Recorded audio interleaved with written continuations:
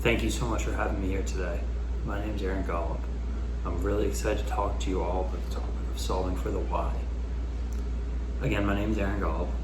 I became the first legally blind Division I athlete to play in a game when I played football at Tulane University.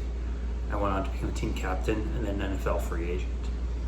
I want to share with you my story, my why, how I was able to go from being a kid who was unathletic, got picked last for sports most of the time as a child, to being a team captain for a Division I team and becoming an NFL free agent.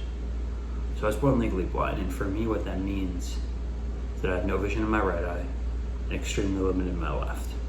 And in my left eye, my vision's about 2200. So if you see things at 20/20 vision and you see something at 200 feet away, I'm probably not going to see it until 20 feet away.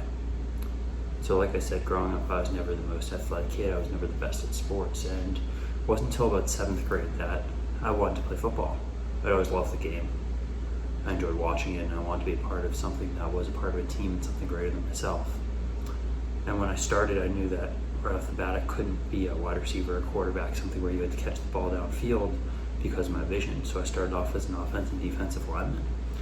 And although not only was I legally blind, but I was a small, scrawny kid, it didn't matter because it was about learning the game, being a part of a team at that age. Yes, my size and my vision had become more of an issue later on, but in the beginning it was just about learning. And I didn't play much, but that was all right. And then once my sophomore year, 10th grade rolled around, I was a third-string junior varsity offensive defensive lineman, and I made the decision that I had enough. I wanted to play varsity. I wanted to play in college. I wanted to play Division I. And normally if you're a sophomore in high school and you're going to play a Division I sport, whether it be football, baseball, swimming, tennis, anything, you're probably starting on varsity or playing a lot on varsity. That just is the reality. And that wasn't the case for me. So I had to come up with two areas. And the first thing was, if I want to play Division I sports, how do I get there? And so I found long snapping. And for those of you that don't know what long snapping is, I'm the person on punts and field goals that bends down, throws the ball between my legs, punter, holder catches it, and I have to block the person in front of me. And I realized if I got good enough at that, I might have an opportunity. The second piece was, because of my vision, I need to work 10 times harder than everyone else just to be as good as them.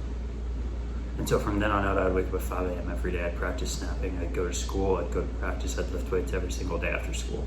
That was my schedule. My why was to prove it to myself. My why was, I set this goal for me. How do I accomplish it? So many people focus on the external side of the motivation. They focus on, my why is that I want to do this and I want to accomplish this because someone else thinks I can't. Because someone else said that to me. And what I want to tell you is that's a terrible form of motivation that won't allow you to accomplish your long-term goals. When you focus on the why of an external motivator, for me, it can motivate you for 30 seconds or a minute. If I go to the gym and I say, I'm going to max out my squat today, I need to think of something that gets me mad, that gets me angry or upset. It'll help motivate me through that. But that's exactly what that external motivator is. Something that's short-lasting and short-lived. And so many people rely on those things to motivate them and to be their why for the long term. What you need to focus on is your internal motivator, your internal why.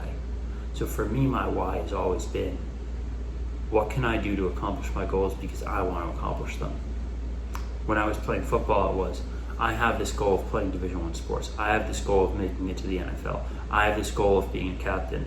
What can I do to prove to myself to accomplish them? Not, oh, this teammate, this coach, this fan doesn't think I can do it, so I need to prove them wrong.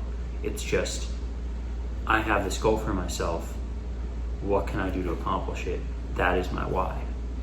It's the same thing today with speaking, with entrepreneurship, with everything that I'm doing. My why for accomplishing my goals is always that internal motivator of, I want to prove myself right.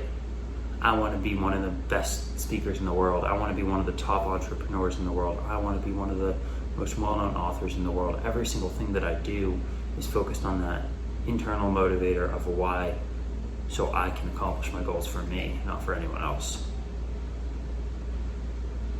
So many people here, so many people in the world focus on that external part. And that's why they don't accomplish the things that they want, or if they do, they're not happy about them. Now, your situation might be different than mine. Now, you may have a disability that's limiting you in your opinion. You may have a challenge with work where you're struggling to get that promotion, or maybe you just got fired and you're struggling to pay your bills. You have to dig down and say, what is that internal why? For me, being legally blind to most people would be a disadvantage. For me, it's my greatest advantage. I'm so thankful and so blessed that I was born legally blind, because it's allowed me to feel my internal why even more. It's allowed me to cause myself to have to prove to myself that I can do things. And when you can think of your situation in a positive light, when you can think of your situation as, this is going to motivate me, this is going to be my why for the future, then anything is possible. You can accomplish all of your goals. Most people don't see their situation that way, though. Most people take their disadvantage, their disability, their challenge, their obstacle, whatever is in their way, and say, this is my disadvantage, this is my challenge, this is my obstacle. And because of that, it's going to stand in the way of my goals forever. You need to flip the script. You need to think that this was given to me. Everything in life happens for you, not to you. This was given for me. This challenge was put in my way so I can do something greater, so I can overcome it. And when you can think of things that way, you can take whatever that challenge is in front of you, and you can accomplish your goals by focusing on internal motivation that I talked about, that internal why. Focusing on, I want to accomplish this, I want to achieve this goal. Why? Because I know that I can do it, because I want to prove to myself that I can do it, because nothing's going to stand in my way. But if you continue to focus on that external side of, hey, so-and-so doesn't think I can accomplish this, so-and-so thinks this, so-and-so has this opinion, then your why will never be long-lasting. Your why will always be focused on that external motivation. But when you continue to think of the internal side, when you continue to think of turning your disadvantages into your advantages, when you continue to think of overcoming these challenges, these obstacles to do it for yourself and not for anyone else, then that why becomes more relevant. That's how you solve for your why. By figuring out what's important to you. By figuring out that you can accomplish anything that you want if you just persevere and overcome any challenges, any obstacle, any disadvantage that you think is put in front of you. That's my reason for solving why. That's how I overcome obstacles and how I solve for my whys. And I hope that you all can do the same. Thank you so much for having me here today.